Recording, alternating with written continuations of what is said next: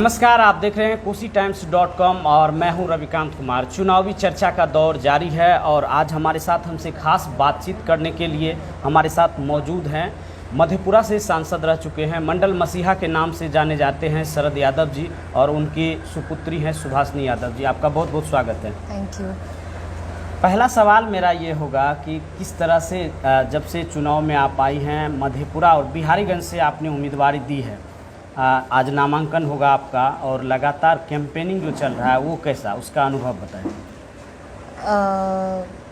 आज मैं अपना नामांकन भरने जा रही हूँ बिहारीगंज विधानसभा से, और इसके लिए मुझे भरपूर आशीर्वाद और सहयोग मिल रहा है बिहारीगंज की जनता से।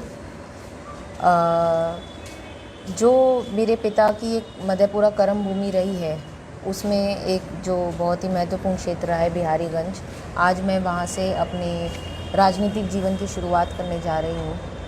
तो जिस हिसाब से और जोश से लोग बाहर खुद निकल कर आ रहे हैं और उनको परिवर्तन चाहिए, मुझे पूरी उम्मीद है कि हमारे पक्ष में ही लोग खड़े हैं और हमें पूरा सहयोग देंगे। आपने कहा कि मुझे उम्मीद है हमारे पक्ष में लोग खड़े होंगे और हमारी जीत होगी, ऐसा क्यों आपको लगता है? जिस तरह वो हम जहाँ भी जा रहे हैं, लोग हताश हैं, लोगों को लग रहा है उनका जीवन रुक गया है, क्योंकि यहाँ पर विकास की गति रुक गई है। मेरे पिताजी जब यहाँ से सांसद रहा करते थे तो अग्रसर विकास की गति थी, वो विकास का पहिया अब धीरे हो गया है। तो उन्हीं की कार्यशैली को बढ़ाने के लिए और उन्हीं के विकास के कार्यों को बढ़ाने के लिए मैंने निश्चय लिया कि मुझे लोगों के बीच में जाना पड़ेगा। और जिस तरह लोगों ने मुझे अपनाया है और वो चाहते हैं कि जो आज के वर्तमान सांसद हैं, उनसे उनको विधायक, उनसे उनको बहुत उम्मीदें थी। वो दोनों सांसद और विधायक सत्ताधारी पक्ष के हैं, तो लोगों की उम्मीदें तो रहती हैं कि उनके जो निर्वाचित विधायक हैं उनके लिए काम करें, उनके बीच में रहें। तो इसी प्यार और इसी स्नेह के साथ मैं आज मैदान में उतर रही हूँ और मुझे लोग पूरा समर्थन दे रहे हैं और मेरे साथ खड़े हैं।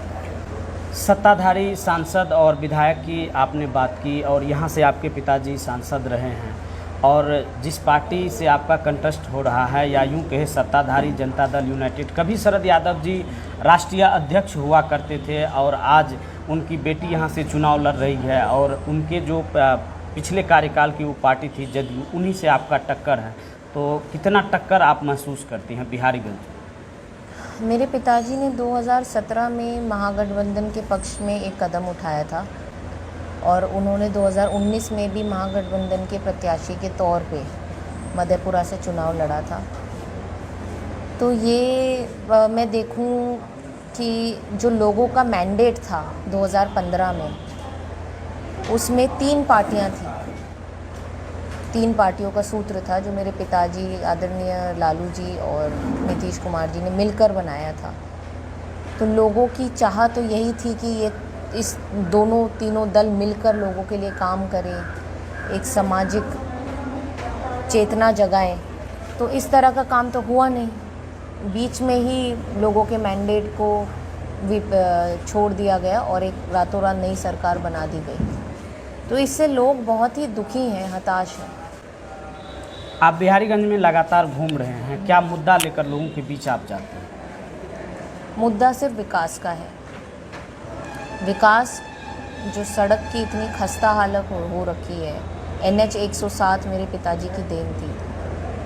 आज वहाँ पर गाड़ी चलाने, क्या खड़े रहने तक की भी हिम्मत नहीं करता कोई, इतनी बुरी हालत है। दूसरी तरफ अगर हम देखें कि बिहारीगंज को नगर पंचायत का दर्जा मिलना चाहिए था, वो एक बंद बस्ते में बात रखी हुई है।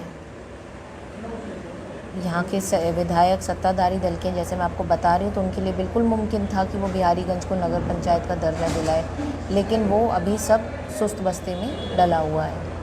पशु अस्पताल की हालत ऐसी है कि वहाँ पर बीमार पशु भी जाएगा तो मर जाएगा। तो इन सब चीज़ों पे हम कार्य करेंगे। प्रखंड स्तर पे बस स्टैंड बनाने की योजना थी, जो सिर्फ एक योजना बन के रह गई, लोगों के पास साधन नहीं है।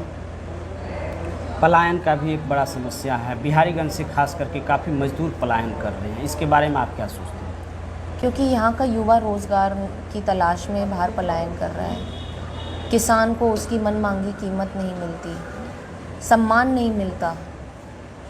मनरेगा के तहत जो कांग्रेस पार्टी की जो मुहिम थी, जो हमारे यहाँ के मज़दूर भाई बहन हैं उनको रोज़गार मिलता था, उसमें भी धांधली की जा रही है। पर अगर महागठबंधन की सरकार बनती है तो हमने निश्चय लिया है कि 10 लाख युवाओं को रोज़गार दिया जाएगा। हमने निश्चय लिया है कि मनरेगा की कीमत 100 दिन, मनरेगा का टाइम पीरियड 100 दिन से 200 दिन कर दिया जाएगा। तो ये जो हम कर रहे हैं, ये गरीब, किसान, मज़दूर जो हम एजेंडे से चुनाव के मैदान में उतर रहे हैं उनके पक्ष में है। तो लोगों को भी सोचना चाहिए कि उनको भी ऐसी सरकार चुननी चाहिए जो उनके हक की बात करती है। एक सवाल, बहुत बड़ा सवाल ये है कि जो क्षेत्र की जनता पूछना चाहती है आपसे कि लोगों का कहना है कि आप तो हरियाणा से आए हैं और चुनाव जैसे ही समाप्त होगा फिर आप हरियाणा चले जाएंगे, लोग ऐसा सवाल करते हैं, इस पर क्या आपकी टिप्पणी है? अगर मैंने ऐसा फैसला लिया है कि मुझे यहाँ रहकर लोगों के लिए काम करना है तो मैं ऐसा क्यों करूँगी, पहली बात। दूसरी बात, मेरे पिताजी की कर्म भूमि रही है ये।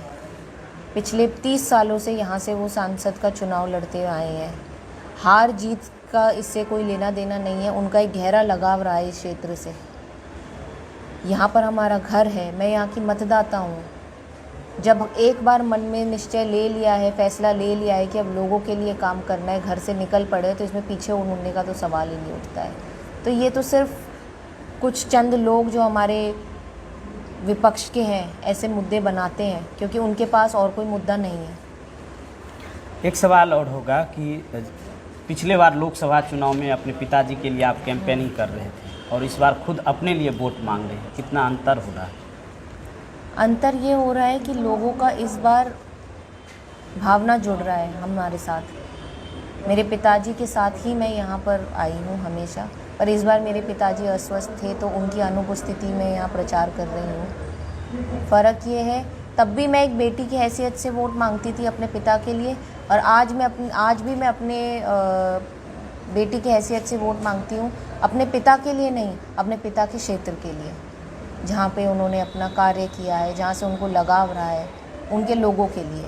यहाँ से अगर मैं निर्वाचित होती हूँ तो यहाँ के लोग निर्वाचित होंगे, मैं निर्वाचित नहीं हूँ। जिस तरह से आपके पिताजी की जो पिछले पार्टी थी जदयू थी, वो भी आपके कंटेस्ट में हैं। हाल ही में राजद से बगावत करके इंजीनियर प्रभास मैदान में हैं। आपको क्या लगता है किनसे आपकी मुकाबला होगा, किनसे टक्कर है? देखिए, मैं ये समझती हूँ आज मैं जिस स्थिति में हूँ, मैं अपने आप को किसी भी मुकाबले में नहीं देखती हूँ, क्योंकि मैं सीधा संवाद जनता के साथ रखना चाहती हूँ। मैं जनता से जानना चाहती हूँ कि वो क्या चाहते हैं, वो अपने लिए क्या चाहते हैं, कि वो कि कैसे अपने क्षेत्र को, अपने विधानसभा को बेहतर बना सके। मैं उस पर काम करना चाहती हूँ। अगर आज लोग मेरे ऊपर विश्वास जताएंगे तो मेरे को किसी से मुकाबले की ज़रूरत ही नहीं है हमको। पिताजी की कमी कितनी खल रही है?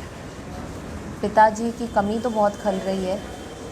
उनकी, अगर वो आज यहाँ होते तो वो मुझे गाइड करते, मेरे साथ रहते, मेरे साथ प्रचार भी करते, पर उनकी तबीयत नासाज है। वो 2 महीने से निरंतर अस्पताल में भर्ती रहे हैं, पर अब उनकी सेहत में सुधार है। पर एक चीज़ जो मैंने महसूस की है, यहाँ जो सम्मान और जो स्नेह मेरे पिताजी को मधेपुरा में मिला है, उसी हैसियत से उनकी बेटी को यहाँ के अभिभावक है, जो हमारे जो गार्जियन है, जो बड़े बुज़ुर्ग हैं, वो उतना ही प्रेम मेरे को मेरे पिता के समान यहाँ पर दे रहे हैं। तो मुझे यहाँ पर उस संदर्भ में इतनी कमी महसूस नहीं हो रही, क्योंकि यहाँ के लोग जो हमारे साथ जुड़े हुए थे, उन्होंने एक बार भी कमी महसूस नहीं कराई पापा की।